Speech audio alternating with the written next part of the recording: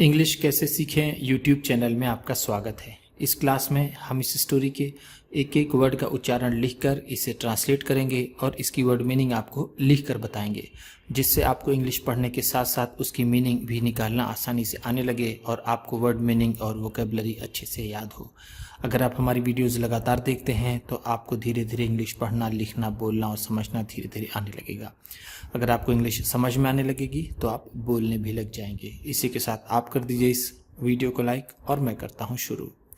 A polite barber. A polite barber. एक विनम्र नाई। आ का मतलब होता है एक, पोलाइट विनम्र, नाई बाल काटने वाला। विनम्र उसे कहते हैं जो दूसरों से सम्मान से बात करता हो, जो शिष्ट हो। Raghu was a polite barber. Raghu was a polite barber.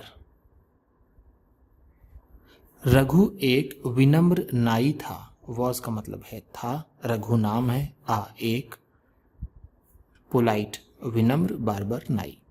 One day एक दिन, वन डे का मतलब है एक दिन। A man went. A man went एक आदमी गया। मैन का मतलब होता है आदमी, वेंट गया। To his shop. To his shop उसकी दुकान पर। शॉप का मतलब होता है दुकान, हिज उसकी। वेंट गो का सेकेंड फॉर्म है। गो का मतलब होता है जाना, वेंट है तो गया। After asking. आफ्टर आस्किंग पूछने के बाद। आफ्टर का मतलब होता है बाद, आस्किंग पूछने के, पूछने के। About the charges. About the charges पैसों के बारे में। अबाउट का मतलब होता है के बारे में, के बारे में। चार्जेस का मतलब जो पैसे वो लेगा, पैसे। He sat down.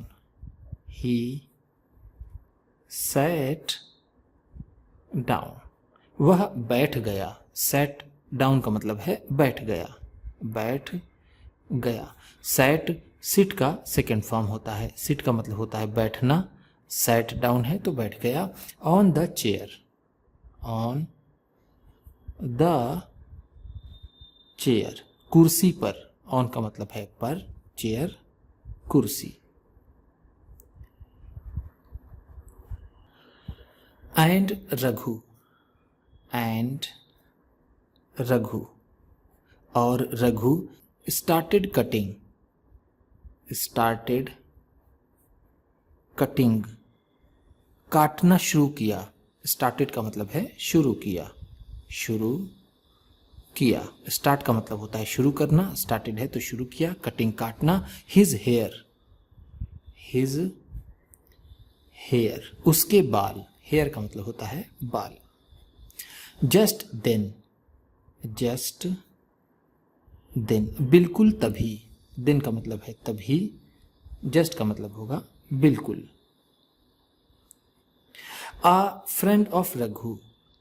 Uh friend of Raghu Raghu का कोई दोस्त। फ्रेंड का मतलब होता है दोस्त, ऑफ रघु रघु का।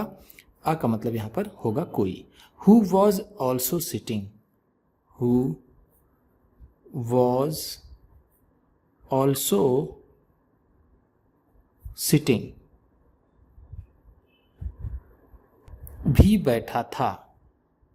रघु का एक दोस्त भी बैठा था। वॉज का मतलब है था, ऑल्सो का मतलब भी, सिटिंग बैठा हुआ या फिर बैठा। In the shop. In the shop, दुकान में। Said something to Raghu, said something to Raghu, Raghu से कुछ कहा। सेड का मतलब है कहा, समथिंग कुछ, टू रघु रघु से। Raghu's mind got distracted, Raghu's mind, Raghu का दिमाग, गॉट डिस्ट्रैक्टेड, भटक गया। माइंड का मतलब होता है दिमाग, या फिर हम कह सकते हैं ध्यान। रघुज रघु का, गॉट डिस्ट्रैक्टेड भटक गया, भटक गया। एंड मिस्टेकिंगली, एंड मिस्टेकिंगली, मिस्टेकिंगली, और गलती से। मिस्टेकिंगली का मतलब है गलती से, गलती से। ही कट, ही कट, उसने काट दिया। The man's shirt, the man's shirt, उस आदमी की शर्ट। ध्यान दीजिएगा, कट का फर्स्ट, सेकेंड और थर्ड फॉर्म कट ही होता है, तो यहां पर ही कट है तो उसने काट दिया। द मैन, द मैन, वो आदमी। Started shouting angrily, started shouting, चिल्लाना शुरू कर दिया। स्टार्टेड का मतलब है शुरू कर दिया, शाउटिंग चिल्लाना। एंग्रीली, गुस्से से। एंग्रीली का मतलब है गुस्से से, गुस्से से। रघु सेड, रघु सेड, रघु ने कहा। With folded hands, with folded hands, हाथ जोड़कर। विथ फोल्डेड हैंड्स का मतलब ऐसे तो होगा जुड़े हुए हाथों के साथ, लेकिन हम कहेंगे हाथ जोड़कर। फोल्ड का मतलब होता है जोड़ना, हैंड्स हाथ। I am sorry sir, I am sorry sir, मुझे अफसोस है श्रीमान।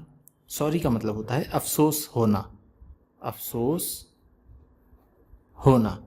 ध्यान दीजिएगा, बहुत से हमारे भाई सॉरी का मतलब गलती मानने को कहते हैं कि मुझे माफ़ कर दीजिए। आई एम सॉरी को वो समझते हैं कि मुझे माफ़ कर दीजिए, लेकिन ऐसा नहीं होता है। आई एम सॉरी का मतलब होता है मुझे अफसोस है। एक्सक्यूज मी का मतलब, या फिर आई बेग पार्डन का मतलब, या फिर फॉरगिव मी का मतलब होता है मुझे माफ़ कर दीजिए। I accept my faults, I accept, मैं स्वीकार करता हूं। माई फॉल्ट, अपनी गलती। फॉल्ट का मतलब होता है गलती, मैं अपनी गलती स्वीकार करता हूं। एक्सेप्ट का मतलब स्वीकार करना या फिर मानना। Please forgive me, please forgive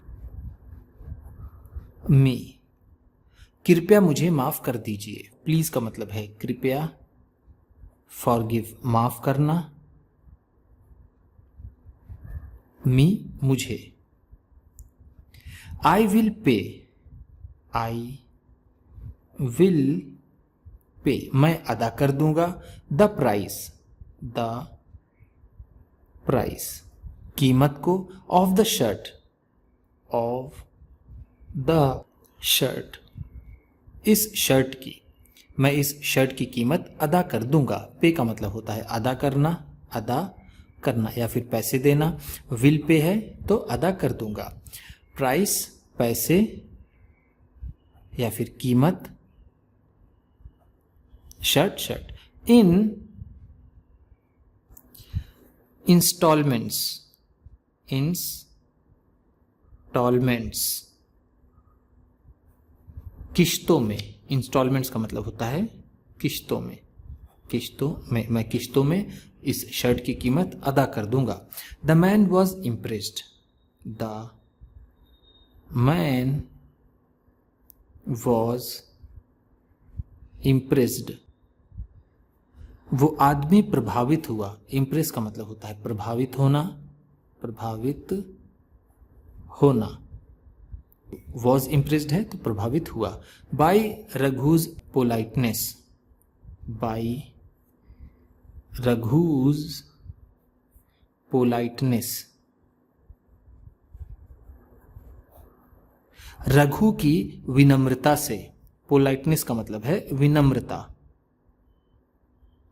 अभी जो आपने वर्ड पोलाइट पढ़ा था, पोलाइट का मतलब होता है विनम्र, पोलाइटनेस है तो विनम्रता। बाई से, ही फॉरगेव हिम, उसने उसे माफ कर दिया। फॉरगिव का मतलब है माफ कर दिया, माफ कर दिया। ध्यान दीजिएगा, फॉरगिव का सेकेंड फॉर्म होता है। फॉरगिव का मतलब होता है माफ करना, फॉरगिव है तो माफ कर दिया, हिम उसे, एंड और after having his hair cut, after having his hair cut, अपने बाल कटवाने के बाद। हैविंग हिज हेयर कट का मतलब है अपने बाल कटवाने के, आफ्टर बाद। वेंट अवे, वेंट अवे चला गया, अपने बाल कटवाने के बाद वो आदमी चला गया। मोरल, नैतिकता, इससे हमें क्या सीख मिलती है? पोलाइटनेस प्लीजेज, पोलाइटनेस प्लीजेज, विनम्रता खुश कर देती है। प्लीज का मतलब होता है खुश करना, खुश करना। ध्यान दीजिएगा, अभी आपने एक वर्ड पढ़ा प्लीज फॉरगिव मी, तो ये जो प्लीज है दोनों का स्पेलिंग, दोनों की स्पेलिंग सेम होती है लेकिन उसकी मीनिंग अलग होती है। यहाँ पर प्लीज का मतलब होगा खुश करना और वहां पर था कृपया। यही चीज हमें समझनी होती है कि कहां पर किस वर्ड की मीनिंग होगी। अदर्स, दूसरों को, and is beneficial, and is beneficial, और फायदेमंद होती है। बेनिफिशियल का मतलब है फायदेमंद, फायदेमंद या फिर लाभकारी। अदर्स दूसरों को, दूसरों को या फिर दूसरे को। विनम्रता दूसरों को खुश कर देती है और फायदेमंद भी होती है। उम्मीद करता हूँ इस क्लास में बताई गई वर्ड मीनिंग्स और सेंटेंसेस आपको अच्छे लगे होंगे। सबसे अच्छा वर्ड कौन सा लगा इसे कमेंट बॉक्स में ज़रूर बताइएगा। इसी तरह की वीडियोस के साथ साथ ढेर सारी रीडिंग की, ट्रांसलेशन की और बहुत सी इंग्लिश सीखने वाली वीडियोस पाने के लिए चैनल को सब्सक्राइब कीजिए। और ये वीडियो किसी न किसी अपने एक दोस्त को, मित्र को, परिवार वाले को शेयर भी ज़रूर कर दीजिएगा। तो चलिए मिलते हैं फिर अगली वीडियो में।